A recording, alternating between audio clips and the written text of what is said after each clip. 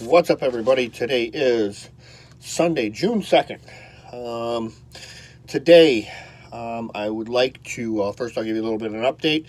Things are still working in our favor, and we are coming down very nicely. So, all in all, everything's looking up in that regard. So today, I want to talk about different ways of dieting and how to really listen to your coach or the person that is helping you. So there's a lot of people in this world who talk a lot of things. Obviously, I made a post on Facebook the other day of a rhino rant that no matter what, you're never going to be right. Basically, put it up in a nutshell. Stan Efferding talks about how there is literature or studies behind every diet, every training methodology on why it works. Okay, this also goes to show you, if you listen to me, that I don't diet every person one specific way. I'll tailor to a soccer mom, and I will give her more of a loose diet that still hits macros. I have a ex-Navy guy whom I know I can feed him dirt and he'll eat it. So I give him a more strict plan, but the calories are still the same. So a lot of people in this world are going to talk. There's a lot of people in this world who have no idea what goes on. Let's say somebody's lost 150 pounds. And guess what? They lost it doing keto. I commend you to the highest extent. I really do. But that doesn't mean you have the knowledge to give somebody advice. What do I mean when I say that? So let's take this same person who lost 150 pounds. They did keto. Okay? Now I'm picturing you got to be pretty heavy to lose 150 pounds. Let's say you're 350. Okay? More than likely, you had a 48-ounce Big Gulp, and you ate fried food every day, 4 times a day. It's a pretty fair assessment, isn't it? So your calorie base was upwards, I'm going to guess, 7,000 to 10,000 calories a day in the process of you gaining weight. That pop alone, 48 ounces of soda, is a tremendous amount of calories. Just cutting that out alone is going to make you lose weight. Okay? That's drinking a 2 liter or more a day. Think about that. So, you followed keto. Cool. More than likely, actually I know for a fact, you're in a calorie deficit. You're not cooking with vegetable oil, canola oil. You're probably not using lard. You're not drinking the soda. But I'm intaking a ton of fats. So you're intaking avocados, which has a ton of fiber. Okay? And you're intaking all this other stuff. Once again, I highly commend you on being able to follow a diet and find something that works for you. But unfortunately, that's not going to work for the soccer mom who has to feed 4 kids. More than likely. Because guess what kids want? Kids want sugar. Kids want carbohydrates. Most people don't have the dedication to really hunker down and give that all up. So let's make it work in your favor. Okay? That's where somebody like me comes in. I have a high level of knowledge and training. No, I don't hold any certifications. I'm not a medical doctor, but let me share something with you. The medical community, when you're going for an MD, they don't have to take many nutrition courses. So they're telling you what to eat. It's kind of BS. They have no better understanding than the next person. A qualified nutritionist, that's a different story. But then you have to look at your qualified nutritionist, though, too. So different things that you just really have to look at when you're trying to do something like this.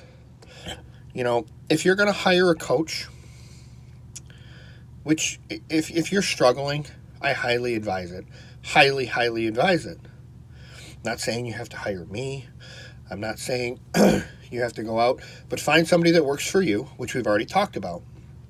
But really, really hold yourself accountable. That's what it does.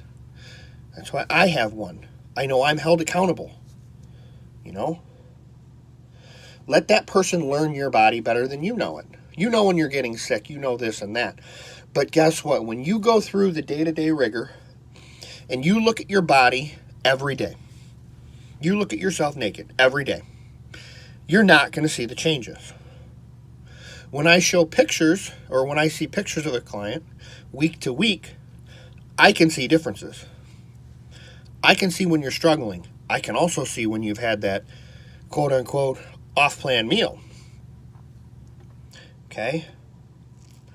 But understanding that the one thing that I or most coaches aren't going to do is I'm not going to crash your hormones. I shouldn't say that, because when you go to extreme leanness and you diet for a prolonged period of time, your ghrelin, your leptin, and your cortisol are all going to go out of whack. That's why it's good to take diet breaks or small reverses in the process. Okay. But like I said, these are things that people don't see. These are things that people don't, when I put together a plan, I have a pretty intricate program that allows me to see vitamins and minerals and everything else and what's going in your body, which is what helps me tell you what you need to supplement. Okay? It's not this basic diet program that I just punch everything in and we're good. You hit your macros. Awesome. That's why I tell the soccer mom to track your food. Tell me what you're eating. Okay, then send it to me. Because then if I look at it from a week-to-week basis, I can say, okay, well, let's supplement vitamin A because you don't seem like you want to do it. Or why don't we add carrots to a meal? Okay? Or your potassium is really, really low. Let's add a banana post-workout and let's take away something else in the process. These are things that I look at. And I understand that you're not going to see the Biggest Loser progress with me. Okay? I want you to stay healthy in the process. I had one come to me the other day and said, I'm really, really tired. I can't even function. We're trying to lose weight. We're trying to lose body fat. When you say weight. And I said, okay, let's go have a meal of your choice tonight. I want you to wake up, see what you weigh in the morning. Okay? This tells me a few things. Okay? This is going to tell me, are these levels crashing? What's going on in the system? So he comes back at me and he says, well, I lost weight. Do it again.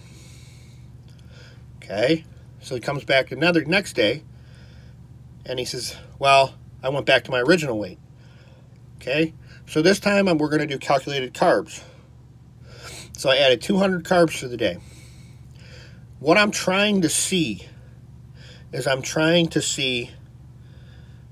4 to 6 pound weight increase of sodium and water.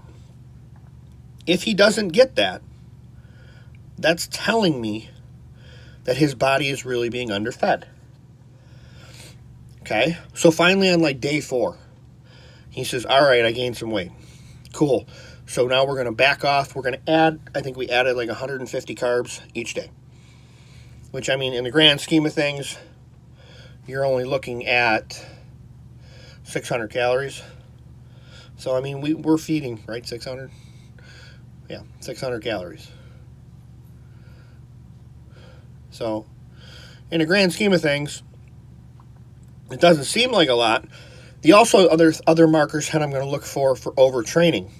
Same thing, overtraining. When people say overtraining, it's okay to be sore. But when your resting heart rate upon waking goes up, that means you're also being overtrained and underfed.